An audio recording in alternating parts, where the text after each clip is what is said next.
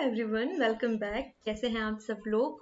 तो भाई आज थर्ड डे है जहाँ पे हम वापस से प्रैक्टिस करने वाले हैं संवाद लेखन। अब आप कहोगे मैम अब हम बोर हो चुके हैं, अब प्लीज और बोर मत करिए। तो भाई आज हम जो संवाद लेखन करने वाले हैं तो वो सारे की सारे एग्जाम्पल्स है क्लास 10th के लिए। अभी तक के हमने जितने किए थे वो 9th में, मतलब ऐसा नहीं है कि वो आपको नहीं आ सकते या आप उनसे नहीं सीख सकते हैं। डेफिनेटली आप वहां से कर सकते हैं, लेकिन दिक्कत ये है, दिक्कत कोई नहीं है एक्चुअली, दिक्कत कोई नहीं है। वो जो एग्जाम्पल्स जहाँ से हमने उठाए थे प्रैक्टिस करने के लिए वो क्लास 9th के थे, और अब हम जो कुछ एग्जाम्पल्स करने वाले हैं वो करेंगे क्लास 10th के लिए। इस टाइप के डिस्टर्बेंस के लिए मैं कुछ नहीं कर सकती। अभी तक के मतलब ऐसा नहीं सोचेंगे आप कि वो 9th में ही आपको काम आएगा। देखो, सारी वही होंगी, ट्रिक्स सारी वही होंगी, डेफिनेशन भी वही होंगी जो कि अभी तक के हम लोग जो प्रीवियसली 2 वीडियोस में देखते हुए आए हैं। ठीक है, बस यहाँ पे नए में ये है कि ये वाले एग्जाम्पल्स हमने क्लास 10th के कुछ उठाए हैं ताकि आपको भी कुछ एक्स्ट्रा प्रैक्टिस हो जाए। बाकी आपको सीखना तो वो भी है, क्योंकि संवाद लेखन होता है। अब वहां पे इस टॉपिक पे दे दिया, यहाँ पे कोई दूसरे टॉपिक पे, तो सेम भी रिपीट हो सकता है। तो उसमें कोई भी ये नहीं है कि इस 9th का लेवल कुछ और है, 10th का लेवल कुछ और है। भाई जो संवाद लेखन था वो संवाद लेखन ही है। ठीक है, बस आपको टॉपिक अलग अलग कर दिए जाएंगे। तो ये जो हम आज प्रैक्टिस कर रहे हैं ये 9th वाले भी कर सकते हैं और 10th वाले भी कर सकते हैं। इवन तीनों जो वीडियो है वो दोनों क्लास वाले कंटिन्यू कर सकते हैं, क्योंकि ये सभी के लिए है। ठीक है, क्योंकि हमने सबसे पहले कॉन्सेप्ट समझे हैं कि एक्चुअल में कॉन्सेप्ट क्या है संवाद का, क्योंकि हम सीख रहे हैं और सीखने का हमारा एक ही पर्पस था कि हम सिर्फ अभी के लिए ना सीखें, हम इसे लाइफ टाइम के लिए सीखें। क्लियर? तो चलो बढ़ते हैं। तो संवाद लेखन फिर से मुझे बताने की जरूरत नहीं है कि क्या है, फिर भी बता ही देते हैं एक बार। संवाद, जो मैं आपसे बातें कर रही हूँ और जो भी हमारा कन्वर्सेशन होता है, जो हमारी बातचीत होती है, जो वार्तालाप है, तो हम उसे जब लिख लेते हैं एज इट इज सेम की सेम लिख लेते हैं तो उसे कहते हैं संवाद लेखन। बातें करना संवाद हुआ और उसे लिखना लेखन कहलाया। तो ये था संवाद लेखन। अब आपको हमने बहुत सारी चीजें जो है संवाद लेखन के रिगार्डिंग बताई थी कि जब हम संवाद लेखन करेंगे तब हम कौन कौन सी चीज़ों को ध्यान में रखेंगे, कौन सी इंपॉर्टेंट चीज़ें हैं जो कि संवाद लेखन में हमें काम आएंगी। ठीक है, इतनी सारी चीज़ें हमने पढ़ी हुई थी कि आपको एंडिंग अच्छी करनी है, स्टार्टिंग अच्छी करनी है, सही भाषा का प्रयोग करना है, इजी भाषा हो, कहीं कहीं पे आप मुहावरे लोकोक्ति करें। तो सॉरी आज मैं पूरी रिपीट नहीं करूँगी, आज हम डायरेक्टली एग्जाम्पल्स पे जंप करेंगे ताकि हमें पता चले वहाँ यूज़ करते करते हमने कौन कौन सी चीज़ें पढ़ी हुई है। क्लियर? तो चलो बिना लेट किए हम और हमारी जो प्रैक्टिस है उसे आगे बढ़ाते हैं। आज का हमारा टॉपिक है नेक्स्ट, जो हमें टॉपिक दिया है कि आपको इसके ऊपर संवाद लेखन करना है, तो वो ये है कि उत्तराखंड में पिछले सप्ताह भूकंप आया था। ठीक है, आपको याद होगा तो हमने एक ट्रेन वाला एक्सीडेंट का भी लिखा हुआ था। ठीक है, तो उसी से रिलेटेड जिस तरीके से हमने वहां पे चीजें रखी थी वैसे ही हम यहाँ भी रखेंगे। आप अपने मित्र के साथ में भूकंप पीड़ितों की मदद के लिए जाना चाहते हैं। आप अपने मित्र और स्वयं के बीच हुए संवाद का है। भाई यहाँ पे इन्होंने नाम क्लियर कर दिया है आपका कि आप समीर है। अब दूसरा दोस्त आप सोच लीजिए आपको कौन सा फ्रेंड चाहिए। ठीक है, सामने वाले का नाम आप अपने हिसाब से रख सकते हैं, लेकिन आपका नाम जो है वो समीर है। यहाँ पे और ज्यादा आपको क्लियर कर दिया है। वहां पे सिर्फ आपको ये बताया गया था कि एक रेलगाड़ी का एक्सीडेंट हुआ है और वहां पे आपको अपने और अपने मित्र के बीच में बातचीत जो है, संवाद है, उसको लिखना है। लेकिन यहाँ पे एक चीज और मेंशन कर दी है कि आप अपने मित्र के साथ में उन भूकंप पीड़ितों की मदद के लिए जाना चाहते हैं। तो आपको थोड़ा और मटेरियल मिल गया कॉन्सेप्ट बनाने के लिए, कि जो भी स्क्रिप्ट बोलते हैं ना, तो आपको स्क्रिप्ट बनाने के लिए बात मिल गई। या आप अपना इमेजिनेशन इन लाइंस को रख करके बना सकते हैं कि आपको शुरुआत भूकंप से करनी है, फिर आपको बीच में लाना है कि आप उनकी मदद करने के लिए जाना चाहते हैं। तो इन सारी चीजों को ऐड करके आपको अपना संवाद लेखन बनाना है या आपको अपनी बातचीत करनी है। तो फटाफट सोचिए कि आप समीर है, आपका एक फ्रेंड है जो कि संजय है। अब इमेजिनेशन की दुनिया में जाते हैं कि अब हमारी क्या बातें होती अगर हम इस कंडीशन में होते। सबसे सही है ना कि हमें वो संवाद दिखना है, तो हम सोच लेते हैं कि हम उस कंडीशन में हैं। सपोज हम वहां पे है तो हम इमेजिन करेंगे। तो सबसे पहले समीर, संजय क्या तुम्हें उत्तराखंड में आए भूकंप की जानकारी मिली? तो सबसे पहले तो वो क्लियर कर रहा है कि क्या संजय तुम्हें वहां के बारे में इंफॉर्मेशन मिल चुकी है कि वहां पर ये चीज हुई है, वहां पे एक भूकंप आया है? तो संजय कहता है हाँ समीर, अब मैं आपको चिन्हों का प्रयोग नहीं बताऊंगी यहाँ पर, क्योंकि हमें पता है कि कौन से कहाँ पर आएंगे। प्रीवियसली 2 वीडियोस में आपको बताते आई हूँ। चलो फिर बता देती हूँ। समीर बोला, एक स्पेस लिया, उनने कॉमा लगा दिया। कल शाम को मैं अपने पापा के साथ दूरदर्शन पर समाचार देख रहा था, तभी इस बारे में जान लिया। मतलब मुझे न्यूज़ कल ही मिल चुकी है। समीर, ऐसी प्राकृतिक आपदा देखकर मेरा तो मन भर गया। अब प्राकृतिक आपदा क्यों बोला है? क्योंकि हमें पता है कि आपदाएं जो होती है वो 2 प्रकार की होती है, एक तो मानवीकृत और दूसरी होती है प्राकृतिक। और जो भूकंप है वो आता है प्राकृतिक आपदा में। तो मैंने हमेशा बताया कि अगर आपके पास में नॉलेज है तो आप अपनी कन्वर्सेशन में ट्राई करिए कि आप उसे प्रस्तुत करें। ठीक है, तो इन्होंने बता दिया कि भाई भूकंप जो है वो एक प्राकृतिक आपदा है जो प्रकृति की तरफ से आती है, मतलब कहीं ना कहीं इसके लिए जिम्मेदार भी हम ही होते हैं। ठीक है, तो इन्होंने बता दिया कि ऐसी प्राकृतिक आपदा देख के तो मेरा मन भर गया। अब आगे संजय, ठीक कहा समीर तुमने, टूट फूट चुके घर तबाह, देखो ठीक कहा समीर तुमने। अब यहाँ पे बहुत सारे कॉमा आ रहे हैं क्योंकि बहुत सारी चीजों को इनने साथ में ऐड किया है सिमिलर सी। टूट फूट चुके घर, फिर स्पेस, तबाह हो चुके, जैसे बहुत सारी जब घर वक्त टूट गए हैं, कुछ लोग मरे होंगे, कुछ लोग किसी के अपने जा चुके होंगे, तो ऑलमोस्ट तबाह ही हो गई है।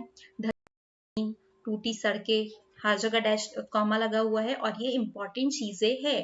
ठीक है, ये ऐसे ही नहीं बोल रहे हम, ये इंपॉर्टेंट चीजें हैं जो सामने वाला कॉपी चेक करने वाला आपकी ये चीजों को नोटिस करेगा।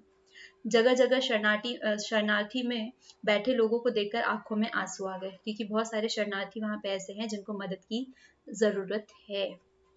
समीर, मित्र, के आंसू पोंछने के लिए सोचा है।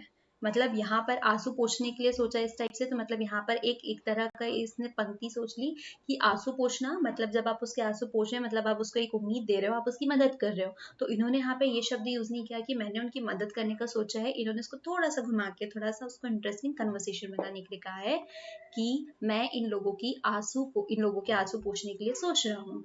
अब संजय को नहीं पता कि क्या बोल रहा है, तो वो पूछता है मतलब क्या मतलब?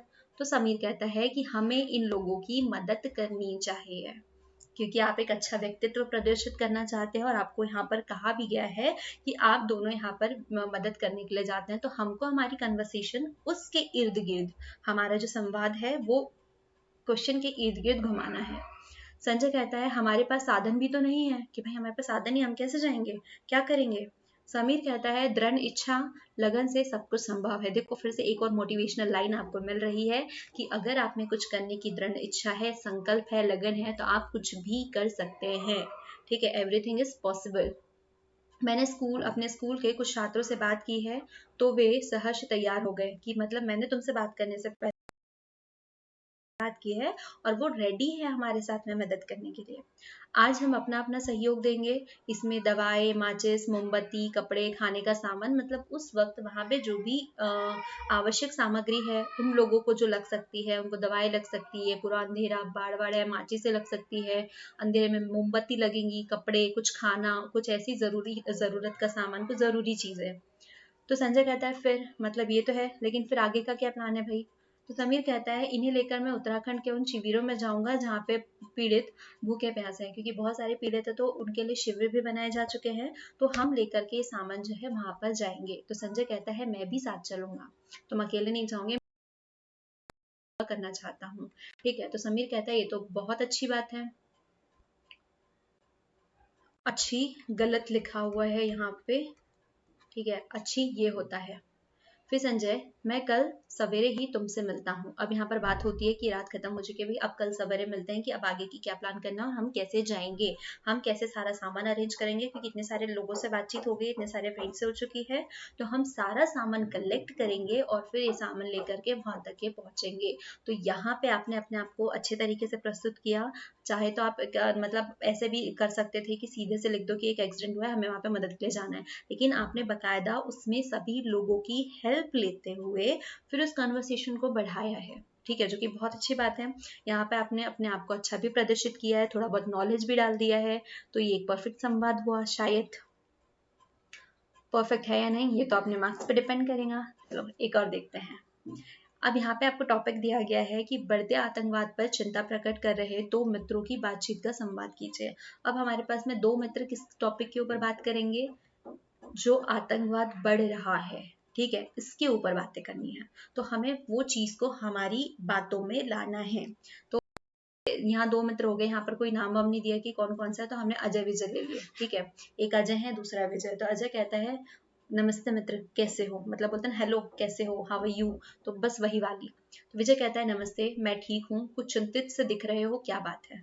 अब भाई उसके फेस का एक्सप्रेशन जो है वो अजय के, वो थोड़ा गंभीर दिख रहा है, थोड़ा चिंता में दिख रहा है। तो विजय पूछ रहा है कि तुम कुछ चिंतित दिख रहे हो, क्या बात है। अजय कहता है मेरी चिंता का कारण है, अब वो कहता है मेरी चिंता का, आज के समाचार पत्र के मुख्य पृष्ठ पर, तो स्पेस आया, हमने क्या किया, कॉमा, फिर हमारी बात आगे हमने की, हम रुक गए, फिर हमने बात शुरू की, तो था आगे के समाचार पृष्ठों पर, आज के समाचार पत्रों के मुख्य पृष्ठ पर छपी खबर जिसे शायद तुमने नहीं पढ़ा है। तभी तो पूछ रहा है। तो विजय बोलता है आज मेरे घर अखबार नहीं आया है, बताओ ऐसी क्या खबर छपी है जिससे तुम इतने चिंतित हो गए हो। अजय, आज पठानकोट पर हुए आतंकी हमले की खबर पढ़कर दुख हुआ। चिंता की चिंता इस बात की है कि इतना प्रयास करने के बाद भी आतंकवाद थमने का नाम नहीं ले रहा। और जाहिर सी बात है, जब इस तरीके की कोई आपदा होती है, देखो वहां पे आपदा हुई भूकंप की, यहाँ पे इस टाइप की घटना हुई आतंकवाद की, तो ये चीजें जो है, जो नॉर्मल लोग होते हैं जो देश के, तो उनके लिए थोड़ी सी समस्या वाला होता है, क्योंकि इतना डील करना नहीं आता है और हमें उसे डील करना पड़ता है। विजय, यह कुछ गुमराह युवकों की लालच और बुरे कार्यों का परिणाम है, जिसमें निर्दोषों की जान जाती है और समाज में अशांति फैली है।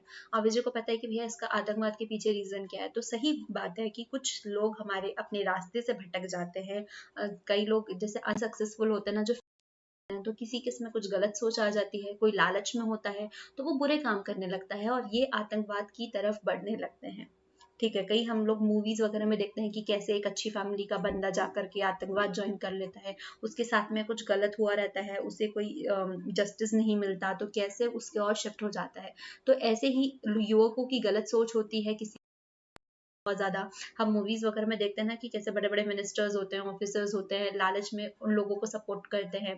ठीक है, बुरे काम का परिणाम, ये सारे बुरे काम करते हैं, जिससे क्या होता है, ये इनका लालच पूरा होता है, इनकी मंशा पूरी होती है, लेकिन बीच में कौन जाता है, निर्दोष लोग, और वो निर्दोष कौन होता है, पब्लिक। समाज में अशांति फैलती है। अजय, आतंकवाद अब नासूर बन चुका है, एक घटना का घाव भरने भी नहीं कि आतंकी दूसरा घाव दे देते हैं, पता नहीं आतंकी ऐसा क्यों करते हैं। मतलब वो बता रहा है कि भाई कंटिन्यूस होती है, कि एक घटना खत्म नहीं होती, उससे हम उभर नहीं पाते, तब तक के दूसरे हो जाते हैं।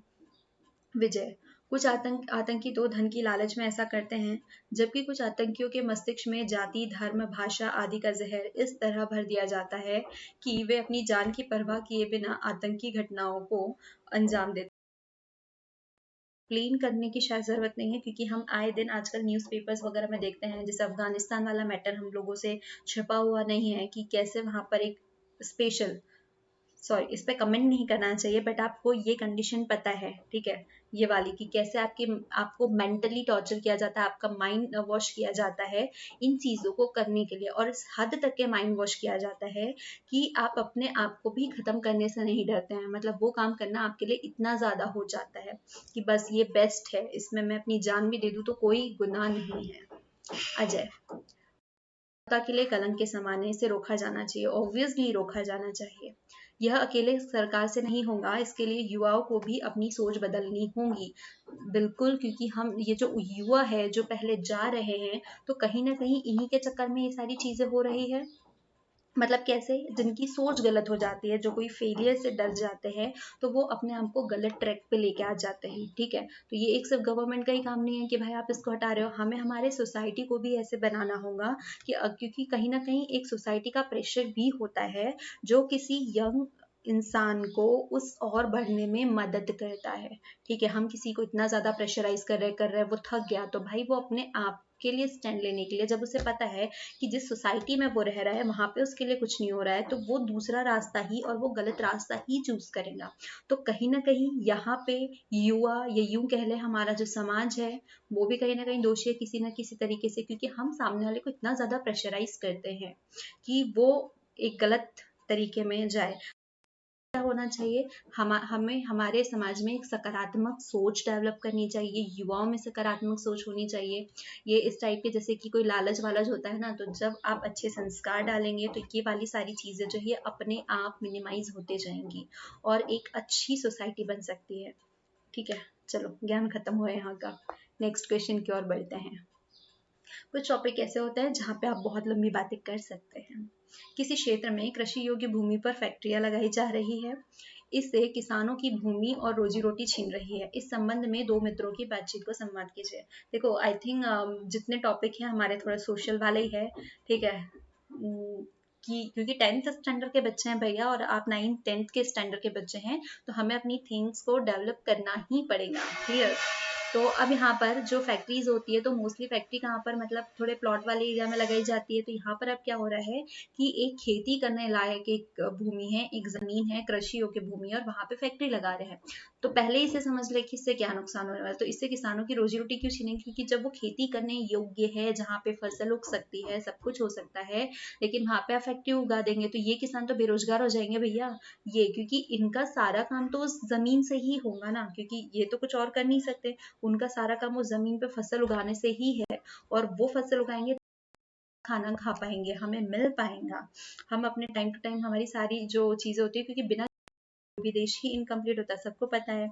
सीए प्रोटेस्ट हुआ था, तब हम लोगों ने और भी अच्छे से देख लिया है। हाँ, किसान बिल, सॉरी। तो यहाँ पे किसानों की जो रोजी रोटी ऑब्वियसली छीनेंगी, जब वो किसान अपनी जमीन पे किसानी नहीं कर पाएगा, वो अनाज पे सप्लाई नहीं करेगा, उसके पास में पैसा नहीं आएगा, तो वो कैसे खाएगा पिएगा? तो इससे नुकसान किसको होगा? किसानों को, और इनडायरेक्टली हमें भी होगा। तो इसी कन्वर्सेशन को जो अभी हमने आपसे की, उसको हमें इसमें डालना है। अब दो दोस्त है, अमन और श्याम, इन दोनों के बीच में हमें बातचीत करनी है। अमन: अरे श्याम, कहाँ से चले आ रहे हो? ठीक है। अब शाम कहता है अपने मित्र के घर गया था जो पार वाले गांव में रहता है। मतलब वो बता रहा है, मतलब वो पूछ रहे हैं, एकदम से कन्वर्सेशन स्टार्ट की है हमने, एक प्रॉपर स्टार्टिंग की है। अमन कहता है क्यों, क्या जरूरत आ गई कि भाई तुम उस गांव चले गए इतने दूर मिलने के लिए? शाम कहता है उस गांव के पास कुछ फैक्ट्रियां लगाए जाने की योजना हो रही है। वहां के किसानों को की भूमि अधिग्रहित की जा रही है। अधिग्रहित, वहां की जो जमीन है वो ली जा रही है, उस पर अपना हक डाला जा। अमन: देश के विकास के लिए फैक्ट्रियों की स्थापना जरूरी।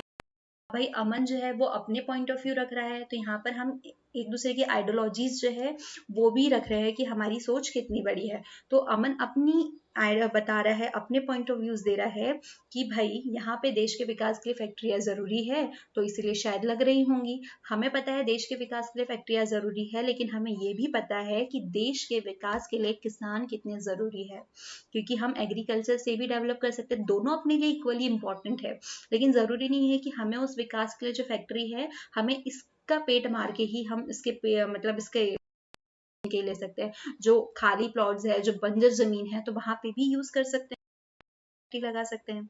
जरूरी नहीं कि एक अच्छी उपजाऊ जमीन है उसी के ऊपर हम अपनी फैक्ट्री लगाएंगे तभी प्रोडक्शन जो है। फैक्ट्रीज कहाँ लगाए? बंजर भूमि पे, क्योंकि अगर हम यहाँ लगाएंगे तो यहाँ से वो तो डेवलप होगा, लेकिन यहाँ से ये जो है वो खत्म होते जाएंगी। ठीक है, खेती खत्म होते जाएंगी। अमन: है सरकार, ठीक है। अब ये कह रहे हैं कि जिस इंसान मतलब जिस परिवार से किसान की आप भूमि लेते हो, तो उसे उसके एक व्यक्ति को एक गवर्नमेंट नौकरी भी देंगे, लेकिन इतना सफिशिएंट नहीं कि जहाँ पे पूरा फैमिली कमा रही है, जहाँ पे इतना अनाज हो रहा है, लेकिन क्या एक परिवार पूरी फैमिली को पाल सकता है? जबकि वो खेत का जो अनाज है वो पूरी फैमिली के लिए काम आएगा भाई।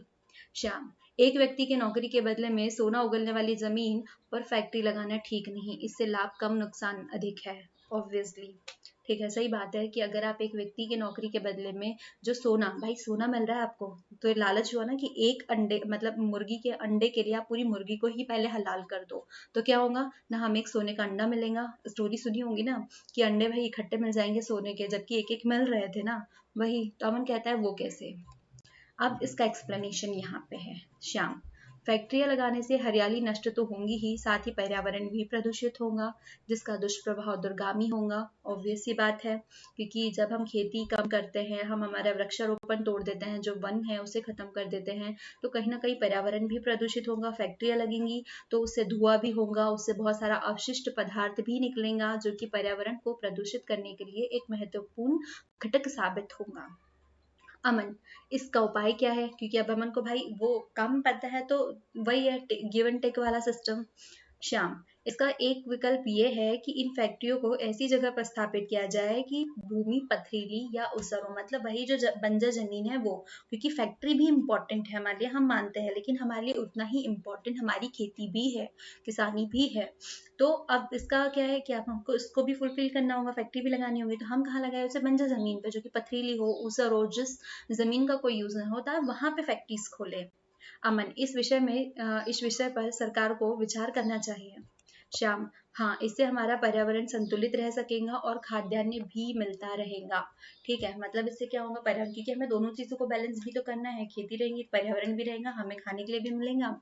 तो ये इस तरीके से इनकी कन्वर्सेशन होती है। अब यहाँ पर भी आप देख सकते हैं हमने कितनी सारी इंफॉर्मेशन जो है वो एक्सचेंज की। अमन ने श्याम ने अमन को दी, अमन को नहीं पता था, हमने एक बकायदा सिस्टमेटिक एक क्या किया, एक कन्वर्सेशन क्रिएट किया। ऐसे ही आप और भी बहुत सारे टॉपिक के ऊपर कर सकते हैं। इसलिए इम्पोर्टेंट है कि आप अपने आसपास से अवेयर रहे। ठीक है, कभी आप न्यूज़पेपर्स पढ़े तो वहाँ पे बहुत अच्छे आर्टिकल्स आपको थॉट्स अच्छे अच्छे मिल सकते हैं। आप चीज़ें एक्सप्लोर करते रहेंगे तो अच्छी अच्छी चीज़ें हमें पता चलते जाएंगी, जो सारी चीज़ें यहाँ पे हमें काम आएंगी। ठीक है, क्योंकि ये एक ही बार का तो नहीं है कि फटाफट बस हमको ऐसा लिखना है, हमने कुछ भी सोचा और धड़ाधड़ लिख दिया। तो ये हमारी बहुत लंबी सी जमा पूंजी होती है जो हमें एक बार में काम आती है, ये नॉलेज। ठीक है, कि अभय पुलिस सेवा में जाना चाहता है जबकि उमंग इंजीनियर बनना चाहता है। दोनों के वाली बातचीत को संवाद के रूप में बदलिए।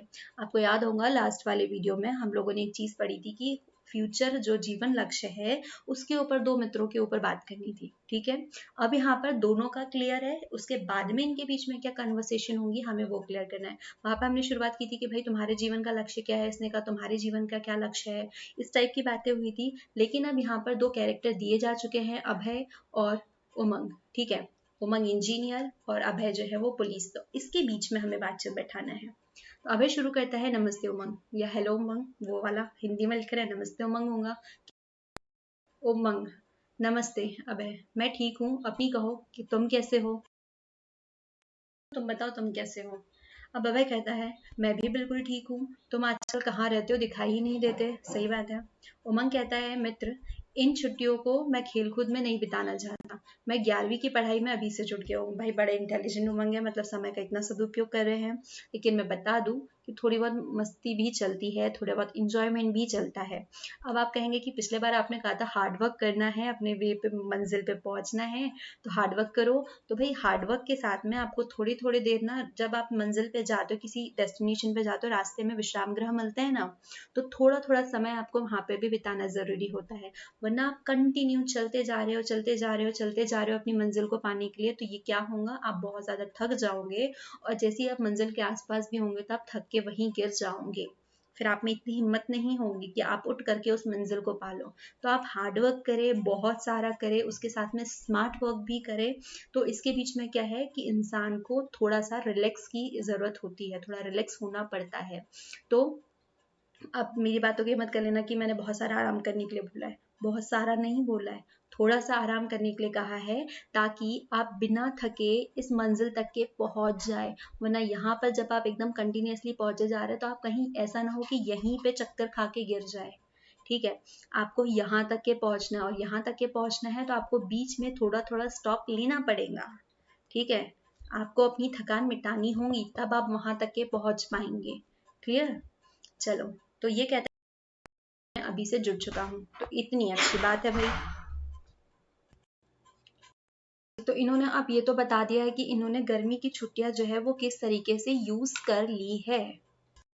हाँ जी, तो अब हम आगे देखते हैं कि इन दोनों के बीच की जो कन्वर्सेशन है वो क्या है। तो अब अभय जो है उसका रिप्लाई क्या होगा कि अरे क्या बनना चाहते हो बड़े होकर, इतनी मेहनत कर रहे हो, क्योंकि भाई अब ऑब्वियस सी बात है कि कोई इंसान कह रहा है कि मैं इतनी इंपॉर्टेंट जो गर्मी की छुट्टी होती है, जो कि मैं हम सालों से वेट करते हैं कि ये गर्मी की छुट्टी हमें इंजॉय करने के लिए मिलेंगी, अच्छे अच्छे प्लेसेस घूमने के लिए मिलेंगी, और तुम यहाँ पर ये सारी चीजें ना करके, इंजॉयमेंट ना करके तुम पढ़ाई कर रहे हो। मतलब आपको ज्यादा अच्छा अचीव करना चाहते हो, जो अपने इतना कीमती समय जो है उसमें भी आप मेहनत कर रहे हो।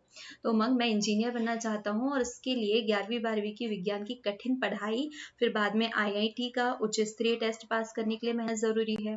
भाई यहाँ पर ये जो उस वक्त रंजन की मेंटेलिटी थी ना कि उसे मेहनत ज़्यादा पसंद नहीं थी, और उमंग यहाँ पे पहले से ही क्लियर है कि मुझे इतना हार्ड वर्क करना है बिकॉज मुझे आईआईटी कॉलेज चाहिए के लिए चाहिए, तो हमें वो एग्ज़ाम भी निकालना होगा। मुझे अभी 11th-12th जो है उसमें भी साइंस से पढ़ाई करनी है, तो वो भी बहुत ज़्यादा टफ है। तो मुझे अभी से ही वो हार्ड वर्क करना होगा, ठीक है।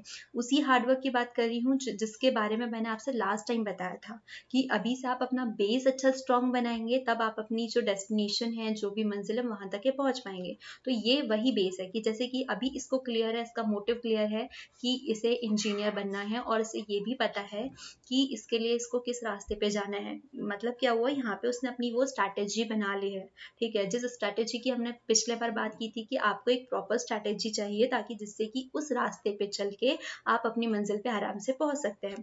भाई इस बंदे क्लियर है, और इसी क्लैरिटी के लिए मैं कह रही थी आपसे कि लास्ट टाइम कि आपको भी इतना क्लियर होना है आपके हर एक पॉइंट्स पे जाकर के कि आपको यहाँ तक के जाना है, तो आपको कौन से वे पे चलना है, आपकी पूरे पॉइंट टू पॉइंट आपको नोट करना होगा। इससे क्लियर है कि 11th-12th में इसे साइंस से पढ़ना है, इसे आईआईटी की प्रिपरेशन करनी है, उस कॉलेज में एडमिशन के लिए जिसका एग्जाम है वो भी निकालना है। तो अभी से क्लियर है, इसे अभी से वो हार्ड वर्क कर रहा है, ठीक है। मतलब इसने अपने रास्ते में चलने वाला जो रास्ता है वो तय कर लिया है कि मुझे इस रास्ते पे जाना है। अपनी जो स्ट्रैटेजी थी, मतलब जो बेस था, वो भी ये क्लियर कर चुका है कि मेरा बेस ये है और मुझे वो बेस बनाना है, ताकि इसके ऊपर जो महल बनने वाला है वो बहुत खूबसूरत बने और स्ट्रॉन्ग बने।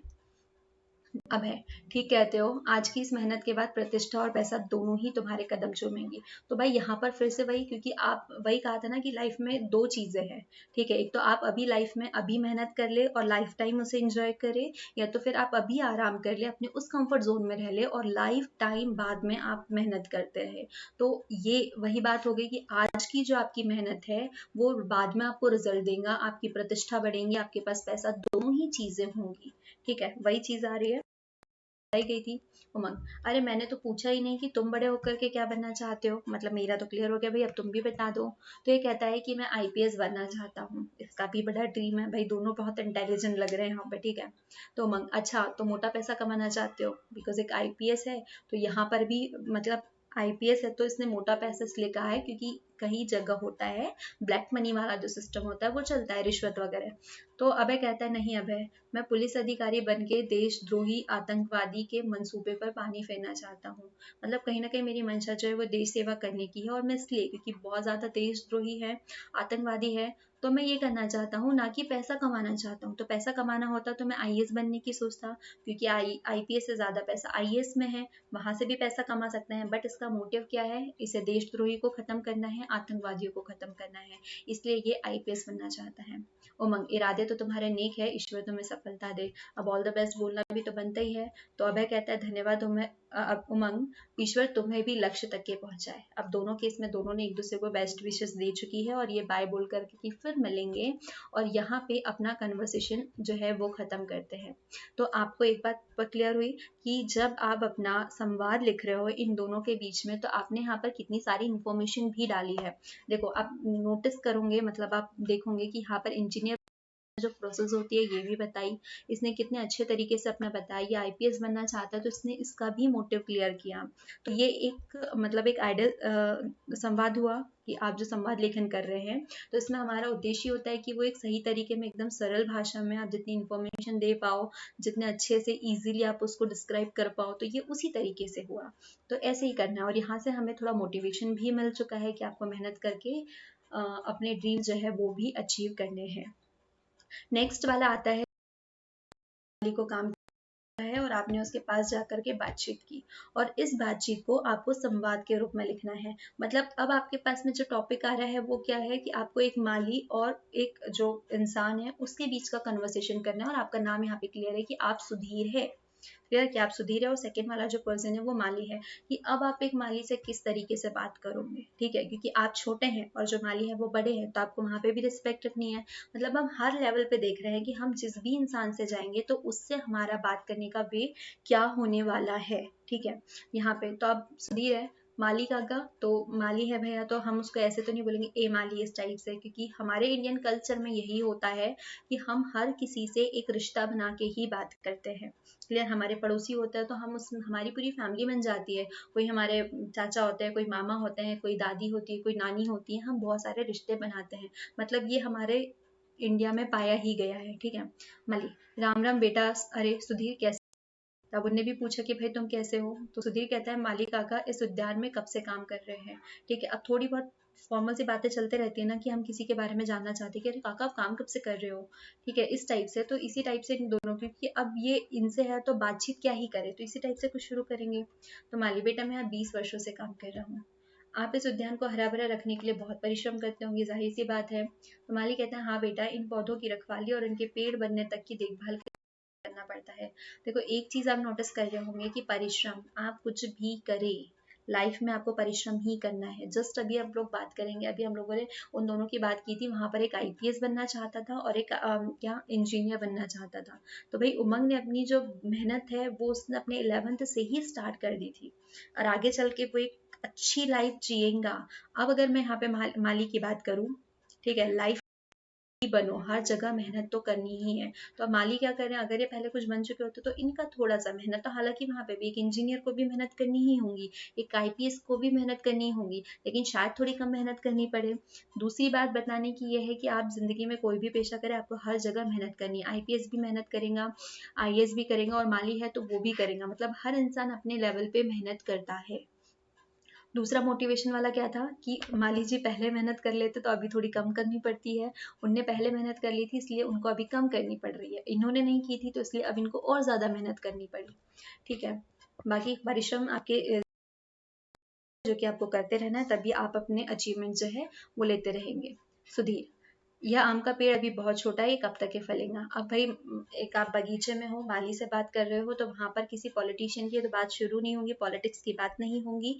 तो आप वहां पे वहीं के जो सराउंडिंग जो चीजें हैं उससे रिलेटेड ही बातें करेंगे। तो वहां पर एक दिखा है तो अब हम उसको लेकर के उठा के बात कर लेंगे, क्योंकि हमें अपना संवाद क्रिएट करना है, हमें हमारी कन्वर्सेशन बढ़ानी है।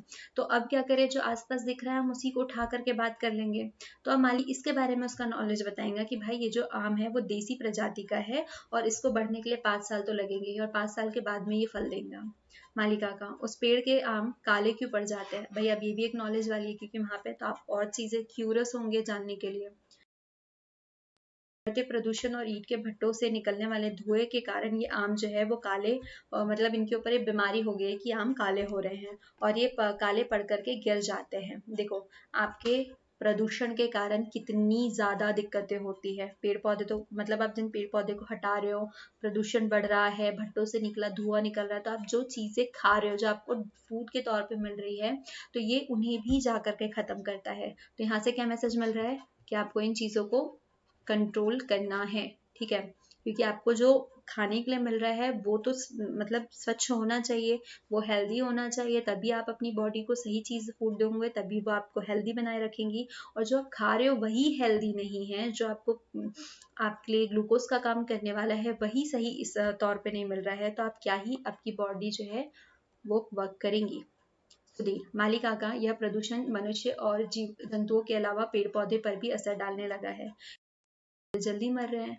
जाहिर सी बात है हम इंसान के ऊपर तो इसका इफेक्ट था ही था, लेकिन पेड़ पौधों पर भी दिखाई दे रहा है। तो माली, प्रदूषण रोकने की दिशा में युवा पीढ़ी को आगे आना चाहिए। जाहिर सी बात है, अब हम ही जागरूकता नहीं फैलाएंगे तो कौन फैलाएगा? ठीक है? ये हमारी रिस्पॉन्सिबिलिटी भी बनती है, क्योंकि जो बड़े वो कर रहे हैं तो हमें उनको समझाना होगा कि भाई ये आप गलत कर रहे हो, इससे कितने ज्यादा इफेक्ट्स हो रहे हैं। काका, इस वर्षा ऋतु में भी कई पौधे मैं भी कई पौधे लगाऊंगा। माली, पर्यावरण बचाने के लिए बहुत अच्छा कदम होगा। तो इस तरीके की इनकी कन्वर्सेशन जो है वो हमने रोक दी यहाँ पर। ठीक है? वो उतनी चल रही थी, अब हमने यहाँ पर जो है इस तरीके से उसको लेकर के शुरुआत वहां से की थी कि वो गार्डन में जा रहा है, और यहाँ से एक वो क्या हो रहा है, यहाँ से एक प्रण लेके वो निकल रहा है कि भाई अब मैं भी पेड़ पौधे लगाऊंगा, क्योंकि मैं भी एक युवा हूँ और ये मेरी भी रिस्पॉन्सिबिलिटी बनती है। तो अब आपके पास में नेक्स्ट ये, आई होप आपको ये वाला भी समझ में आया हुआ हो कि यहाँ पे किस तरीके से कौन से पॉइंट्स हमने यूज किए हैं, और हमारा मेन पर्पस क्या है कि हमें किस तरीके की बातें डिलीवर करनी है। ठीक है? हमें वो बताना है कि जैसे कि यहाँ पर युवा पीढ़ी को आगे बढ़ना चाहिए, तो भाई हम ही अच्छी अच्छी चीजें जो है वो हमसे ही फैलेंगी। तो हमारा सबसे पहला स्टेप क्या है, अभी हम स्कूल में हैं तो हम यहाँ से अपने थॉट्स अच्छे रख सकते हैं, आगे चल के हमको करने को भी मिलेगा, लेकिन अभी यहाँ से हम अपने अच्छे थॉट्स क्रिएट कर सकते हैं। हम सामने वाले को बता सकते हैं कि भाई हम कितने डेवलप्ड होते जा रहे हैं, हमारी थॉट प्रोसेस क्या हो रही है, कि हम इतना अच्छा करना चाहते हैं। तो ये आपके लिए एक चांस बन सकता है।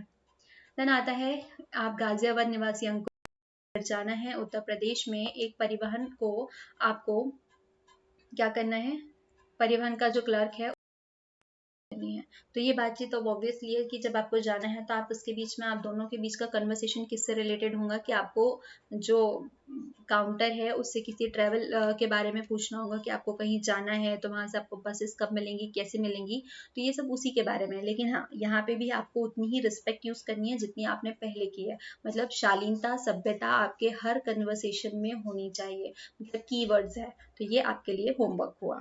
देन नेक्स्ट वाला जो है, लोगों के के कारण वनों की अंधाधुंध कटाई की जा रही है और वनों के इस सफाई पर दो मित्रों की बातचीत। तो भाई ये वाली कन्वर्सेशन को, जो अभी हमने लास्ट वाला किया माली काका से कन्वर्सेशन, तो हम उसी को कनेक्ट कर सकते हैं कहीं ना कहीं। तो ये हमारे लिए हेल्पफुल हो जाएगा कि कैसे हम इन दोनों के बीच की बातों को यहाँ पर रखते हैं। अब यहाँ पे मैटर करता है कि आपके पास में इससे रिलेटेड कितना नॉलेज है ना, कि इससे रिलेटेड आपके पास में, जैसे कि आप यहाँ पर एक्सप्लेन कर सकते हैं, क्योंकि दो लोग बातें कर रहे हैं तो आपको पहले तो पता होना चाहिए कि इतनी अंधाधुंध कटाई हो रही है, इसके साइड इफेक्ट्स क्या हो रहे हैं, इसके अगर आप इस चीज को रोक देते हैं तो आपके इसमें क्या पॉजिटिव मतलब जो भी चीजें होंगी तो वो क्या हो सकती है। ठीक है, तो शुरू करते हैं। अब यहाँ पर दो फ्रेंड्स कौन दे दिया हमने, उत्सव और अनुराग। तो उत्सव पूछता है कि इतने दिन कहाँ थे, छुट्टियों में दिखाई नहीं दिए। तो अनुराग कहता है कि उत्सव मैं दिखता कैसे, तो उत्सव कहता है क्यों, अदृश्य होने का कोई फॉर्मूला हाथ लग गया है क्या, क्योंकि ये तो मजाक ही हो गया। तो उसने भी एक पंच मार दिया, इसने कहा कि मैं दिखता कैसे, तो उसने भी ऐसे ही बोला। तो भाई जाहिर सी बात है, तो तुम कोई मिस्टर इंडिया वाली वॉच मिल चुकी होंगी जिससे आप अदृश्य हो गए हो। तो अनुराग कहता है अरे नहीं यार, इन दिनों मैं दादा दादी से मिलने के लिए आ गया था, इसलिए नहीं दिखा, ये रीजन था। तो उत्सव फिर तो बड़ा मजा आया होगा। तो वे कह रहे हैं ठीक कह रहे हो, वहां की हरियाली देख के, आमों के बाग, कटहल जामुन फालसा आदि खाकर सचमुच मजा ही आ गया। उत्सव तब तो वहां मन ही नहीं कर रहा होगा, क्योंकि आप नेचर में थे, और नेचर जब होता है प्रकृति, तो प्रकृति जो है वो अपनी खूबसूरती बहुत अच्छे से दिखाते हैं। ठीक है, वो इतनी सुंदर होती है, इतनी खूबसूरती से अपने आप की सुंदरता को प्रकट करती है कि आप कहीं और मन लगा ही नहीं सकते। अनुराग, शुद्ध ताजी हवा, ताजी हरी सब्जियां, शुद्ध ताजा दूध, शोर शराबा रही वातावरण छोड़कर आने को मन नहीं करता। अब देखो, आपने नोटिस किया होगा कि यहाँ पर हमने कहाँ कहाँ जो है कॉमा यूज किया है, कहाँ पे हमने लास्ट वाले को जोड़ने के लिए फिर और जो है वो भी जोड़ा है। तो इस तरीके से उसने बताया कि इतनी अच्छी अच्छी चीजें थी तो वहां से छोड़ के आने का मन कैसे करता। उत्सव, अनुराग तो है, मुझे तो शहर के इस प्रदूषित और दमघोटू वातावरण में हर साल छुट्टियां बितानी पड़ती है। यहाँ पर ये लाइन यहीं से कंटिन्यू होगी, ना कि नीचे वाली लाइन से। तो मुझे तो हर तो शहर के, अच्छा ये शहर ही है, मुझे तो शहर के इसी प्रदूषित माहौल में छुट्टियां बितानी, क्योंकि इसके पास कोई गांव नहीं है जाने के लिए, और शहर में प्रदूषण होता है। अब यहाँ पे प्रदूषण दम घोटू क्यों है, क्योंकि यहाँ पे इतने वाहन चलते हैं, इतना सारा धुआं छोड़ते हैं, तो वो सफोकेटेड तो होगा ही होगा, प्रदूषण भी फैलाएंगे। यहाँ पे वृक्ष की मात्रा कम है, वहाँ पे हरियाली है, खेती हो रही है, बहुत तरीके के वृक्ष लगे हुए हैं, तो वो माहौल को अच्छा बना के रखते हैं। और सबको इम्पोर्टेंस तो पता ही है वृक्षों की, वनों की।